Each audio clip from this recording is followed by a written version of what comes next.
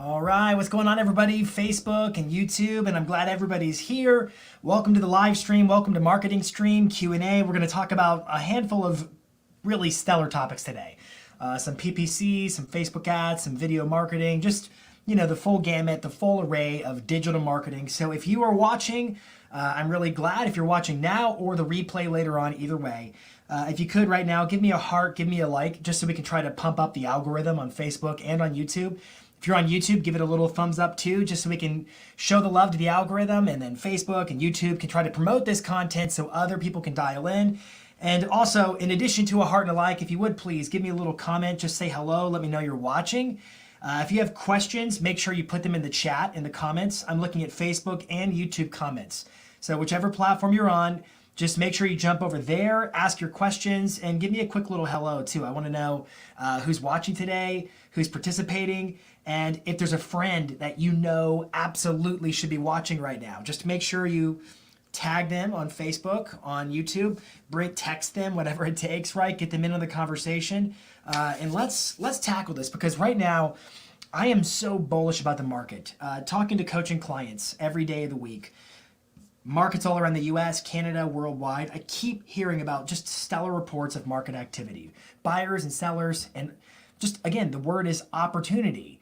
And so now is the time to put the fire on. Now is the time to really just make sure you're honing your marketing, that you're getting the word out there, that you're being that knowledge broker in your local community, and you're helping buyers and sellers. So I'm excited. Let's see who's commenting. We got Andrew. What's going on, Andrew? Glad you're here, man. Everybody say hi, Andrew. It's good to see you, buddy. I'm glad you're back. And then as you're watching, just tag somebody, comment. Let's have a grand old time. And I'm going to pull the questions up. And first one up, we're gonna jump straight off the cliff and go straight into some detailed content. And I really like this, because if this is your first time watching, here's sort of the gig. I post Instagram stories. They're the Ask Me Anything story stickers. And so if you have questions, just look out. I usually go live every Tuesday at this time. It's not always Tuesday, but it's 99% of the time on Tuesday at this time. And I always, the day before or 2 days before, I start putting those questions up, those stories on Instagram. So if you have a question or a topic, it doesn't have to be a question. It could just be, hey, go deeper on this topic. That's fine too. And you want me to talk about it, I would love to do that. I consider it a great privilege that you're tuning in and watching right now. So make sure you're putting your questions and stuff like that, your topics you want me to cover inside the Instagram stories. I post those stories about 48 hours in advance of every live stream. And then again, I typically reserve time at the end. So just put it in the chat if you have anything else, and we'll dig into that too.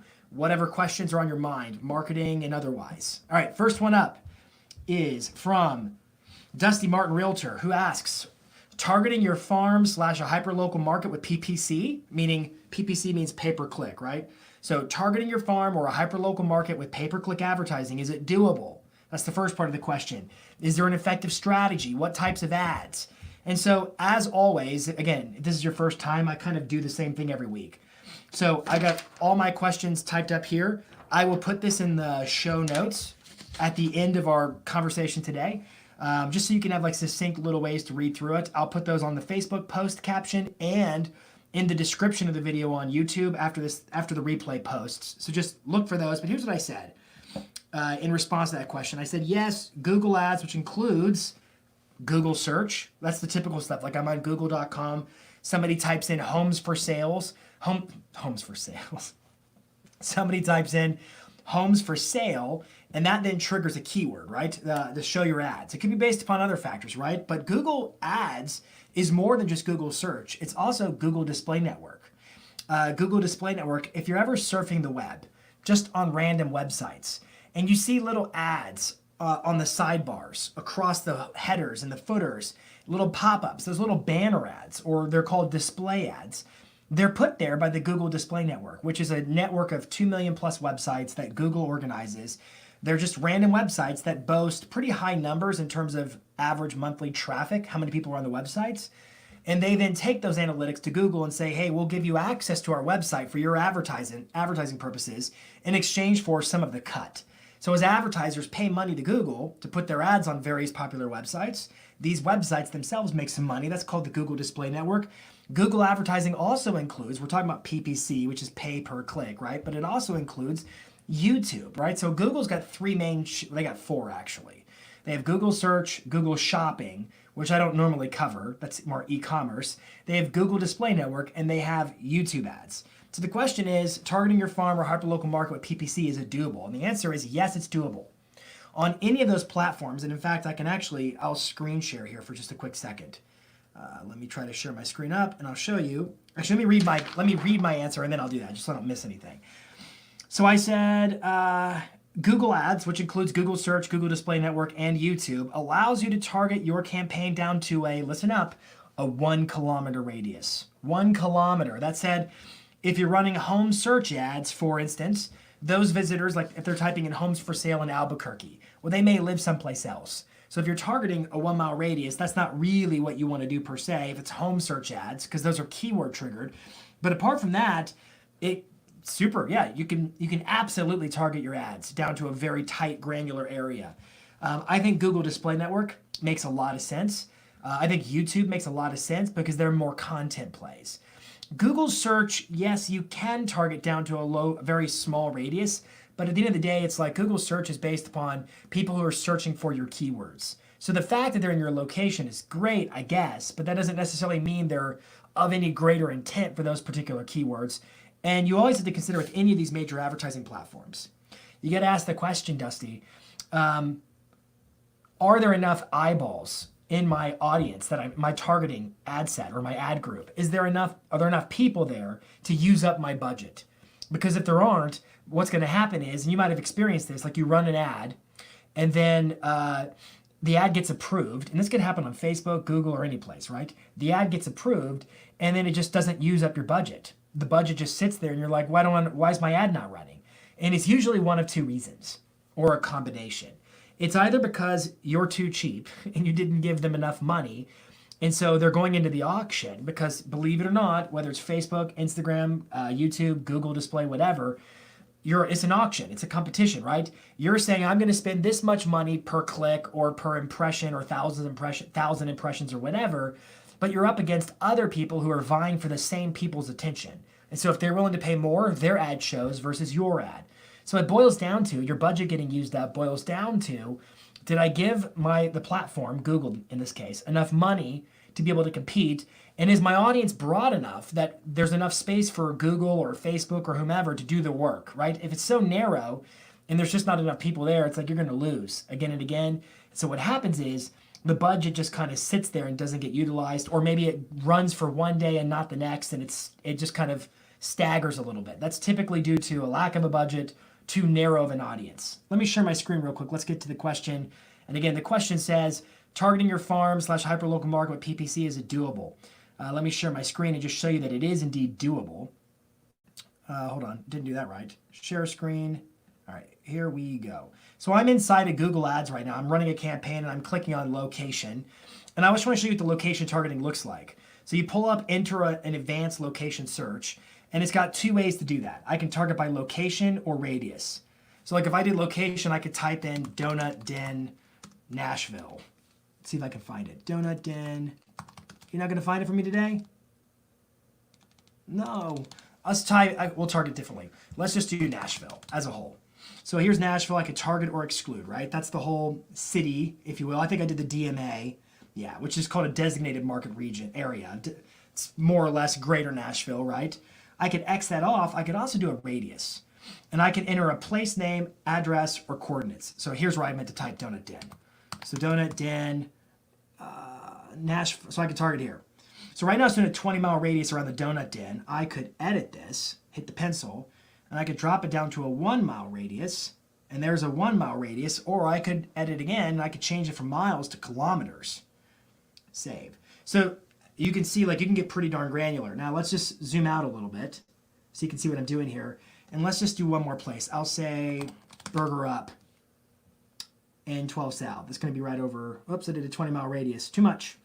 Let's change that to a 1-kilometer radius and save. And so look here, you've got two disparate locations. So what I want to stress to you, Dusty, is yeah, you can get down to a 1-kilometer radius. That's the basics of it, a 1-kilometer radius. I'm going to suggest that Google search ads are maybe less effective for that. I would be more interested in Google Display Network, which again, what's Google Display Network? I'll show you. Let me share my screen up one more time. Let's share screen. Here we go. Let me just check to make sure. Share. All right, you should be seeing my screen. So if I go to thesaurus.com, this is always a good one. I'm on a random website and just wait for it. You're going to start seeing ads pop up in just a second. There's one. This is actually the audience. No, it's Google. It's Facebook advertising on Google. You see where it says ad choices? This is the Google Display Network. So that's a banner ad. There should be one up. This is a banner ad here, kind of long and skinny. This is actually a video. So you see different ads around the screen. Those banner ads that pop up on various websites, it doesn't really matter what website you're on necessarily. It more or less matters based upon how you're, as the advertiser, how you're paying Google to target that campaign. So that's Google Display Network. And then of course we know on YouTube, YouTube is when like there's a pre-roll ad. It's called an in-stream video ad. I'm watching a video on YouTube, and the first 5 seconds, there's a video that pops up, and it says skip ad after 5 seconds. That's a skippable in-stream ad. Sometimes they have the 6-second bumper ads where you can't skip them. That's YouTube. And then YouTube also has what's called a discovery ad. Video discovery ads they're based upon the search results in YouTube. They're not the ones that play before a video. But yes, you can target down to a 1-kilometer radius, Dusty. I'm going to recommend that Google Display Network is a super strong way to do that because it's brand recognition. Google Display Network is viewable impressions. Viewable impressions. What that means is I can actually pay Google so that people see my ads all around certain locations. I think most people sort of imagine these Google Display Network ads as being retargeting, meaning I was on some website, I was looking at something like, let's pretend I went to raybans.com. I put some sunglasses in my cart and then I abandoned the cart and I didn't close it out. And now I'm seeing ads for those sunglasses here, there, and everywhere as I surf the web. Those are display network ads, but the targeting is actually retargeting. You have the ability with Google Ads to actually just straight up target. You have the ability to say, I want to target people who are on certain devices in this area or on any device in this area, or who have interests such as real estate or intent. Maybe they're in market to buy or sell a house. Google gives you very detailed targeting options. So my money's on YouTube ads and on Google Display Network ads, because when it comes to farming, I look at farming more about positioning your brand. It's more about getting in front of people so that when the time comes to consider selling their home, you're the absolute no-brainer phone call they want to make because you're top of mind. So I would say like getting those impressions, meaning people see my content, is going to be critical. All right, let me just jump over and make sure we got nothing else. Christopher says, hi. Hi, Christopher, rock star from Spokane. All right, let's jump to question number 2. And if anybody has any follow-up questions, that might have been a kind of a complex one right here. But if you have follow-up questions, just chime in, let me know. We'll get to it in the chat. All right, this is a good question right here from Mr. Zachary Faust, who asked, when to use static images versus videos for lead generating ads? when to use static images, standalone pictures and images versus videos for lead generating ads on Facebook, on Instagram, on wherever, right? And that is a super intelligent question, Zachary, which I doubted nothing less from you. You're Zachary Faust, and I admire what you do, man. Here's the answer, that there's no definitive research that says one or the other. There's no definitive research that says conclusively video ads always work better from a lead generating standpoint than do pictures and images. Now, if we are saying like what works better in terms of creating engagement, which one gets more engagement? Well, we're going to say video every time. We know that video annihilates photos as far as engagement goes on pretty much any metric, any platform, just about. But we're talking leads. We're not talking about necessarily engagement.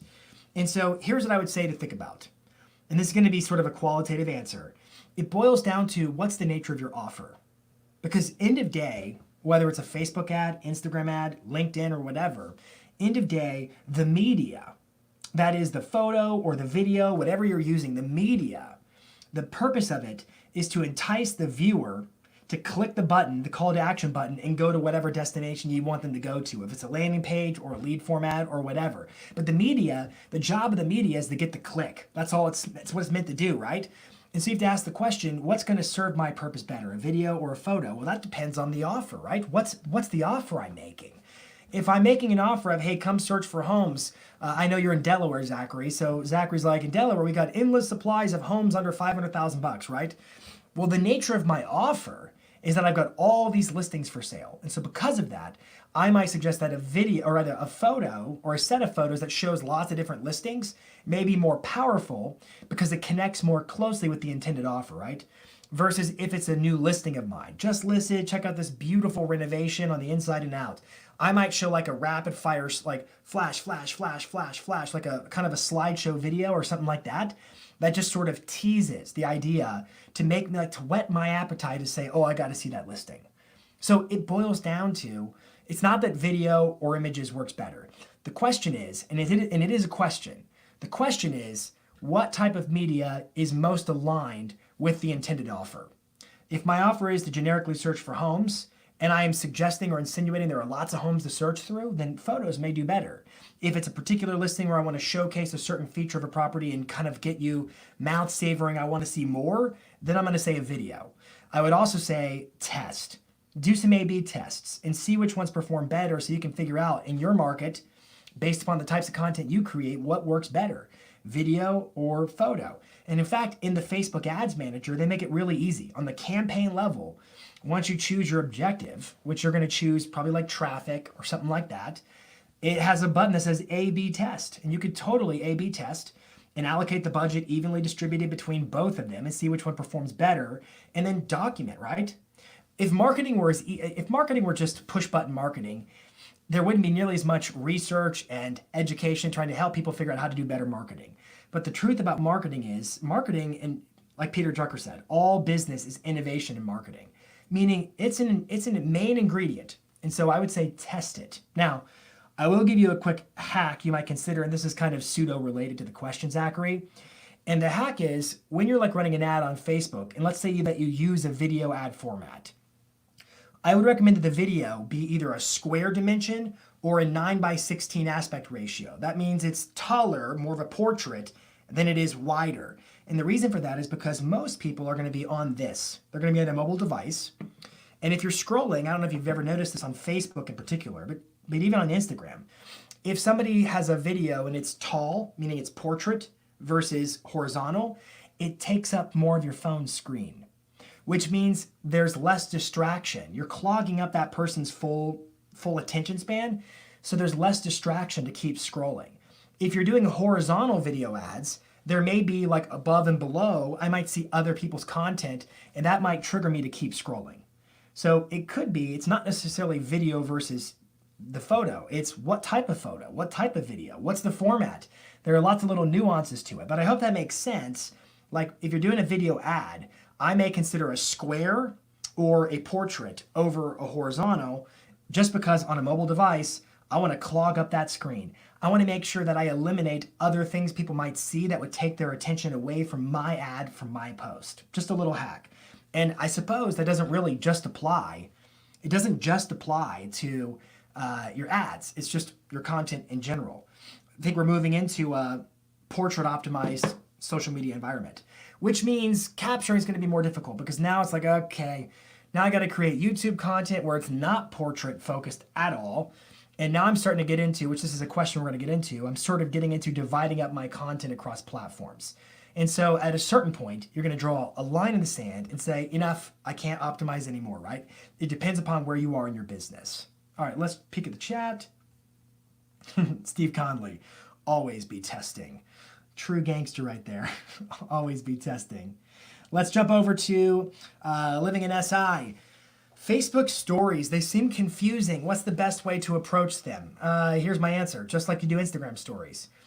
Truthfully, the only real inherent difference, I mean, yes, your videos can be like a little bit longer on Facebook stories, but really the only inherent difference on Facebook stories versus Instagram stories is I can like and heart and engage on that level through a reaction with your Facebook stories.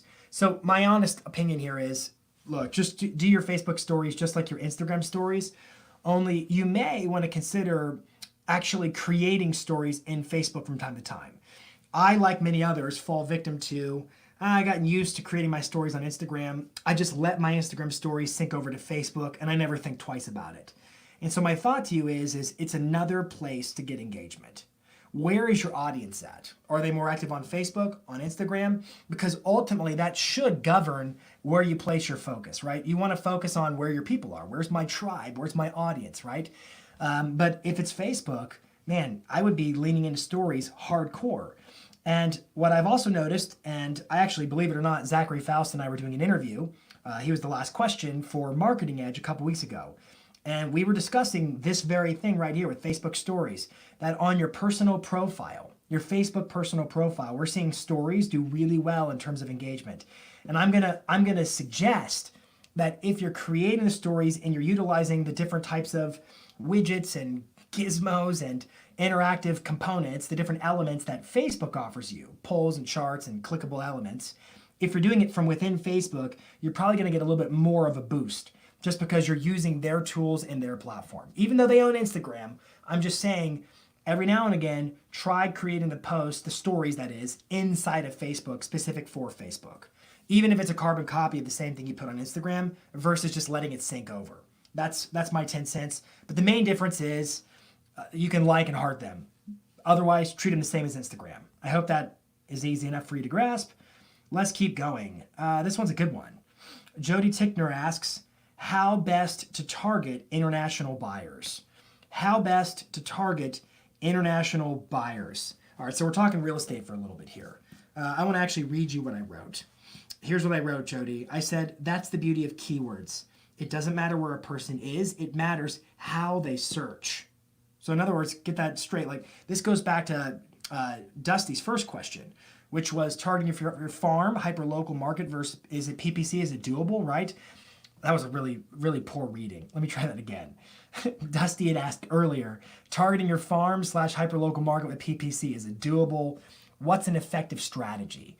And the answer is, yeah, it's totally doable. But with Google search, if you start getting too granular in terms of, hey, somebody has to be in this 1 kilometer radius conducting this keyword-based search on Google, you're starting to say, wow, that's a pretty steep condition, Google. Good luck.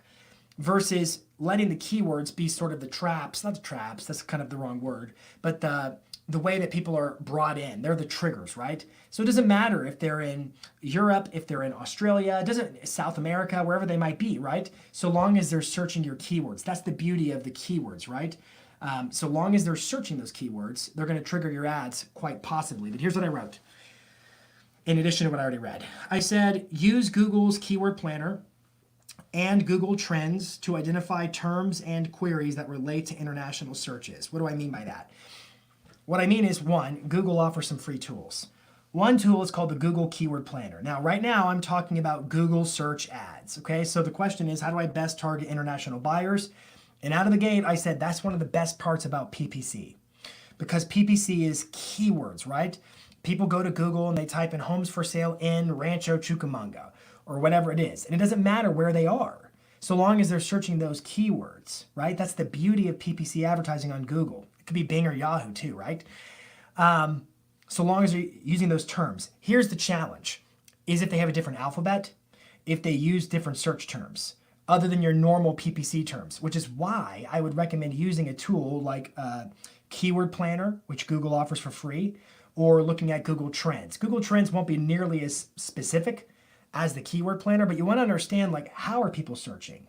Do they use the words United States in their search? Just for instance, homes for sale in the United States or homes for sale in Phoenix. What are the keywords? Because some of those keywords are going to be geographic specific keywords. Now, it doesn't mean that my campaign is targeting people who are inside that location, meaning that their device is tracking to say they're in that location. It just means that from wherever they are in the world, they're using that term as an actual keyword, Phoenix or Albuquerque or whatever it is, to indicate where they want to see homes. So I would say, like, number one, what's the best way to target international buyers? You need to up your PPC game. That's one piece of it. Number two, let's talk about YouTube. YouTube is the number 2 search platform. That's my paid strategy, right? Just straight up Google search ads. Easy peasy. Number 2 is YouTube. YouTube is the second most popular search platform on planet Earth. It's ubiquitous. Google's the number 1. It's the second most popular website on planet Earth. Number 1 is Google. That's according to Alexa.com. Google is the most popular website on the planet, and YouTube is the second most popular. Not only are they the second most popular website on the entire planet, but they're the second most popular search platform on the planet. And so because of that, I'd be stepping up my YouTube game in a big way. And I'd be creating content that is sitting there. It's lying in wait for people to conduct specific keyword searches, right? You might want to get a tool like TubeBuddy, T-U-B-E Buddy, TubeBuddy. You can integrate it with YouTube. It does cost money. I think it's like $6 a month. It's cheap. It's not a lot. But it gives you specific keywords people are searching. You could create YouTube discovery ads to target people in outside areas that are based upon keywords or other factors, right? I could even say location-based factors. They live in a specific continent or country or something along those, or they don't live in the US. I could do that specifically, but I would say get that content ready. And in fact, I actually was having a conversation today with a client who he speaks multiple languages, and he has clienteles. They're buying properties in his marketplace from different countries. They speak different languages. And we were talking about how most of his leads are coming from YouTube right now. And there are people who are responding to international specific content. It's in a different language it's not in English, it's in a different language that he happens to speak. He's creating content in English and in a different language. And the one in a different language is it's being found by people in a different marketplace because it's content specific to this local marketplace where he sells real estate, but it's in a different language that appeals to that group who speaks that language, right? So the conversation was, do we create 2 separate YouTube channels? And the answer is you could. However, what you could do that would be more effective, I think, is create one YouTube channel and you organize sections and playlists that are English specific or a different language specific, depending upon what languages you are able to speak. Now, be wary that you're not like doing anything that violates fair housing, right? We're trying to include more people, not exclude anybody. So I want to be super clear on that front. But when it comes to attracting international clientele, I'm going to tell you, yeah, you can straight up do Google search. That's fine. And they'll find you, or local people will find you. Everybody's going to funnel in through the same keywords, assuming those keywords are relevant to a foreign buyer. However, I think your big play is in YouTube. I'd be building content based upon what they're searching for on YouTube. It could be market updates. It could be pros and cons of living in your marketplace, investing in your marketplace. It could be content specific about outside the US, investing in a specific market, that content. They go find it, and you're generating leads organically over time. You may need a tool like TubeBuddy to help facilitate that. All right, let me check over here on the chat. All right, Andrew, I see your question. I'll circle back to that here toward the end. I got a couple more questions we're going to dive through. Let's do the next one here. But by the way, Jody, I love that question. I hope I gave you some good answers on that front. All right, here we go. This one's from Matt Hastings, who said during Marketing Edge, which, by the way, if you're watching and don't know, Marketing Edge is a 2-day seminar, normally done in person. It's now done virtually. It's a Tom Ferry event where I am a coach and I lead Marketing Edge. You can go to tomferry.com/events. tomferry.com/events to learn more about Marketing Edge. We are doing one more in like 2 weeks. So you can learn more at tomferry.com/events. It's 2-day full immersion. Now it's a virtual webinar. But Matt said, I mentioned during Marketing Edge about sending new leads a good welcome email. Can you talk more about that, he asks. Yes. So here's the basic gist of what we talked about at Marketing Edge without going into too much detail. We teach a revolving door nurturing system, meaning as I have leads coming in, they could be coming in through Zillow, through Realtor.com, through my website, through Facebook, through referrals, through open house leads, whatever, all my leads funneling into a revolving door system of how I nurture all my leads. One to many, me doing it all at the same time, right? That's a system we teach at Marketing Edge. And in that system, we said out of the gate, one thing you definitely need is a killer onboarding welcome email that fires off to all new leads. So for example, what does that look like? I would tell you, it's a video email because I want them to see your face. I want to build trust. And it's meant to be a welcome. It says something like, hey Matt, thanks so much for registering. In fact, you don't have to say Matt. Make it generic, right? Because we can reuse it for everybody over and over and over again. Just say, hey, thank you so much for registering my website. Listen, my name is Matt Hastings, and I serve as a local realtor in X community, and I'm here to answer any questions you have. If you want to see properties, if you want to meet over coffee or just over the phone, I want you to know I'm a resource for you and that I'm grateful you signed up on my website, and I'm here to help. So if you need anything, let me know. And by the way, below you'll see some links. I've included links to some of the most helpful resources I provide my buyers and seller clients. And then you just include like blog post or a PDF, just resources that are videos, whatever, a list of resources just to make a strong first impression. But what I was getting at, Matt, is this onboarding email, a good welcome email, it's an opportunity to make a first impression, right? I mean, think about it from this standpoint.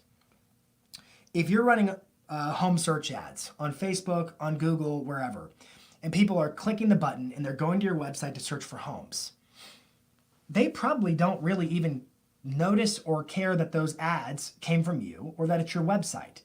Chances are all they want is to search for homes. And I'll compare to this. Like I used to wait tables during college at the Macaroni Grill. Good times. And I was thinking about this not too long ago. People come into that restaurant, why? Because they wanted the food. I was a waiter. They did not come in for me. They came in for the food.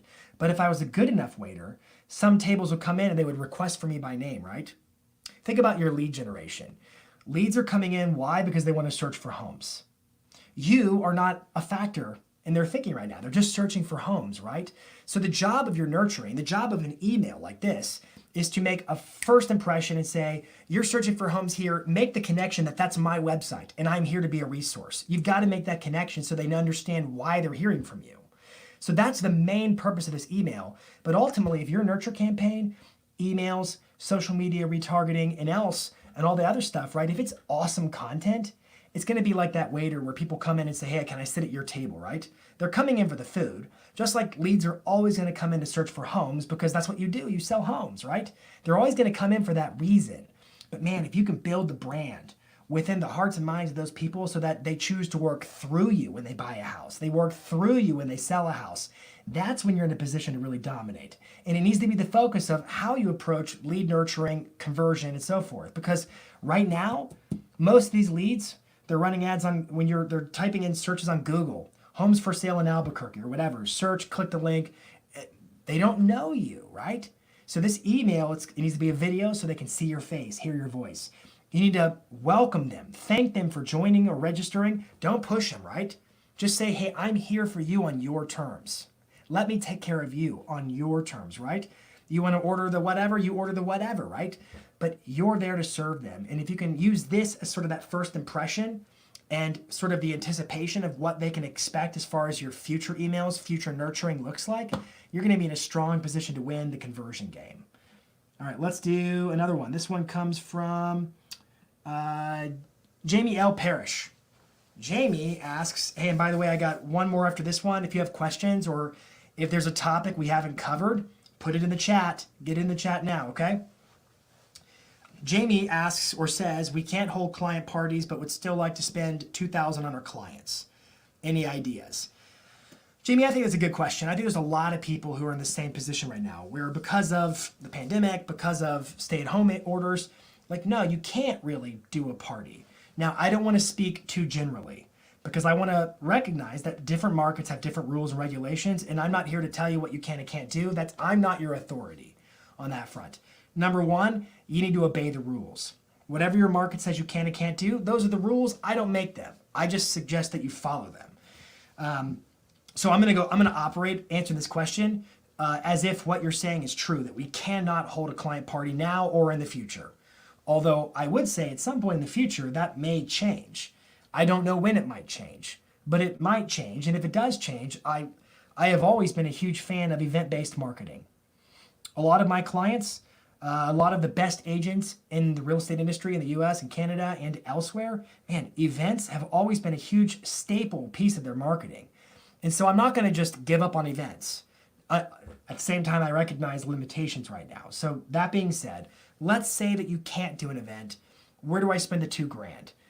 And the answer will depend, right? How many people are we talking about? Because the obvious thought is, oh, just take it up, divide it, get a really beautiful personalized gift, and send everybody a personalized gift. However, if I got $5 per person to get a personalized gift, it's not going to be very personalized. So it depends upon how many people we're talking about right now. A gift is an easy idea.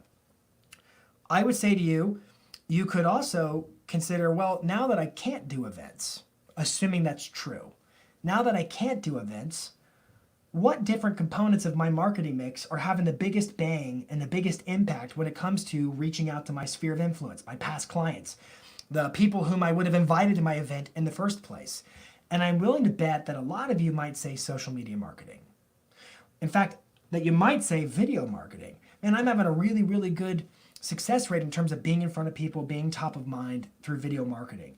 And so possibly, and I don't want to say this is the best thing you could do, there's a lot of things and a lot of variables that might factor in. But you could say, with 2,000, how can I really level up my video marketing in 2020? What would I do with 2,000 if I applied it straight to my video marketing budget? And maybe, because ultimately, why do we do the events? We do the events, just being very blunt and sort of mechanistic about it. We do the events because we want to be in front of our past clients and our spheres of influence so that we can create top of mind awareness and generate trust and then ultimately garner referrals and repeat business, right? So the question is, what are the best ways for me to do that in the absence of being able to do live events? And I would tell you, like, video marketing on social media to me is an absolute no-brainer. That's where my headspace goes. All right, let's do one more question. This one comes from Living in SI. 50-50 I'm reading this wrong. It says 50-50 say you should post different content for Facebook, for Twitter, for Instagram, and others. Ideas? All right, so here's the debate. And this one comes up a lot. The debate is, Jason, do I create content unique and specific to each platform? So if I'm on Pinterest, just Pinterest. If I'm on LinkedIn, just LinkedIn. If I'm on YouTube, just YouTube, Facebook, Instagram. Do I create content specific platform? Or do I just do I create my content and post it everywhere? And the answer is yes. No, that's a silly answer. The answer is, in a perfect world, sure. In a perfect world where you have the staff, the resources, the budget, and all that stuff, you would create content specific to each platform. However, I would argue that the end justifies the means at a certain level. Why are we even doing social media marketing if not to grow your business? And so this idea of trying to create the perfect Facebook page, the perfect LinkedIn company page, LinkedIn profile, whatever, you're going to exhaust yourself. What we teach at Marketing Edge is we detach the content. We detach it from where we post, and we just say, you know what, let's pretend we're in a vacuum. We're building our content in the lab. And I will decide at a later point, a future point, where that content goes. But for now, it's just, what content am I going to make? Is it this video, this blog? What am I making? What's the source of my content? And then step 2 is I distribute that content across different platforms. On Facebook, on Instagram, on Twitter, wherever, right? Now, obvious roadblock. I have limit, like for right now, I'm doing a 1 hour. This is like an hour-long live stream. I can't put this on, it doesn't go on Instagram. It can't go on Instagram. It's too long, right? So some types of media are going to naturally create boundaries. It's too long, it's too short, it's horizontal, it's not portrait. Those types of things happen. So what I would say to you is, ultimately, you need to be thinking about your content to say, how can I get maximum mileage out of every piece of content? Because you're putting a lot of time and energy and resources and effort into that content. And I would hate to see it like, bleep, it's gone. That's not, I want to see it get put on lots of platforms. So that means I create my content in a vacuum, right? And then I decide where does that content go and how do I optimize it on each of the platforms, on Facebook, on Instagram, on YouTube. And so it may be with your video editor, you say, I need a horizontal version and a portrait version. It may be that, hey, this video is too long. I need a 60-second clip or a 15-second clip. And you create, like chunking it up, little bits of the content that serve on some platforms, not all platforms. But end of day, my opinion is, don't break your back on this. The end justifies the means. If you need to be able to create one video, and that's what you can commit to, then create the one video and do your best to get it across all the platforms. But a video posted on LinkedIn is always better than no video posted on LinkedIn. A video posted on YouTube is always better than never having posted a video on YouTube. So I would say if you can create content that's tailored to each platform, then I suppose it's viable, but I would even question it at that point and say, is it better to create content specific to each platform, or is it better to try to optimize my content for each platform I post to? I hope that makes sense. I know that's kind of philosophical, but that's my thought in the process. All right, let's jump over to the comments. Let's see what we got here. All right, so Andrew said, I've been able to see what my competition is on Facebook. However, they have no video like mine. Is it more likes to get the rankings up or time? Andrew, I'm trying to make sense of what you're saying there. I'm trying to make sense of it. Let me read it again. I've been able to see what my competition is doing on Facebook, which is great. Yes, you can. However, they have no video like mine. Is it more likes to get rankings up or time? I think you're asking about, okay, you don't have a lot of, okay, thank you for clarifying. I don't have a lot of likes. Okay. Are you talking about ads? You're trying to build your page. Thank you, Andrew. That makes a lot more sense. So the question is, how do I build my page? The answer is you got to get great content that people watch and they want to share it and they tag it, and then you have to ask them to follow your page at a certain point. Let me let this soak in one more time as I'm live. However, they have no video like mine. Is it more likes to get rankings up or time? Okay, Andrew, the answer is you need to be consistent over time. The results are in the repetition. People get stuck on vanity metrics, like how many page likes, how many followers on Instagram. And truthfully, the folks I know who get the best results don't always have a ton of followers. In fact, they get DMs from people who aren't following them on Instagram who choose to buy or sell with them. So it's not always based upon that. I would say let go of the vanity metrics to some degree. You don't have to get page likes. You need to get your content out. And we live in a world where it's pay to play. Even if you had a ton of page likes, Later Media posted a stat not long ago that said they speculated, it's somewhat speculative, but they said on average, we think that about 10% of a follower base actually sees a post organically, which would mean like even if you had 100,000 followers, or excuse me, 100,000 page likes, we can expect that 90,000 of them aren't going to see your post anyways. So it boils down to what's your payment plan? In other words, what's your pay-to-play strategy? Who are you targeting with your ads? How are you going to put money behind your content to make sure the right people see it? Which is a lot of what we dig into at Marketing Edge. I hope that answers the question. I want to see what Krista said. She said, why not just say to all your clients, hey, due to the stay-at-home order, we're putting together one big event for when we can all celebrate together, blah, blah, blah, and save the money and treat your people to a bigger event down the road. That was one of my thoughts too, Krista. That was one of my thoughts, and I totally get that. So if that's what you chose to do, and this goes back to the question that asked, I've got a $2,000 budget, I can't do an in-person event right now, what do I do? One option is you wait until you can do an in-person event, and then you make it a big event. I love that thinking, Krista. All right, let's see what else we got here. I got Ivan Estrada in the house. What's going on, Ivan? From Beverly Hills. Let me see. Dave Williams said, same sort of question, more likes on video or more watch time? Okay, that clarifies maybe the question a little bit better for me. Which is better, more likes or watch time? And the answer is, it depends. Are we talking about Facebook or YouTube? On YouTube, the number one metric that determines whether or not your videos get recommended and kind of pumped out through the YouTube algorithm is watch time. How much time are people spending on average watching your videos? Because ultimately, how does YouTube make money? By putting ads in front of videos. And so if your videos aren't garnering people to search for them, to watch those videos, it means there's fewer opportunities for YouTube to put ads in front of your videos. And so because of that, when it comes to YouTube, you got to straight up play for watch time. It's not about subscribers. Subscribers are great. They are great. But it's watch time really from an algorithm standpoint, watch time's a huge factor. However, I would say that subscribers are probably a good leading indicator, meaning if you don't have a good subscriber base, it could also be an indicator that maybe you're not getting a lot of watch time. Now, Facebook, on the other hand, it's all about engagement and interactions. The number one metric that you're looking for on Facebook and Instagram is not likes, is not watch time, it is comments. Comments is the number one thing that Facebook looks for, algorithmically speaking. So the question is, like, what's worth the most? It's, hey, tag your friend. Why do you think I wanted you to tag and comment and say hi, right? Because every time you guys are commenting here, like Andrew just clarified like 3 comments, every time you put a comment, that sends a signal to Facebook that people are engaging with this video right now. Shoot it out to more people, right? So comments is where it's really all at. But Dave and Andrew, both of your questions, you're trying to grow your following. I get it. Subscribers, followers, page likes, whatever. I tend to take a vantage point that says great content will naturally get those results.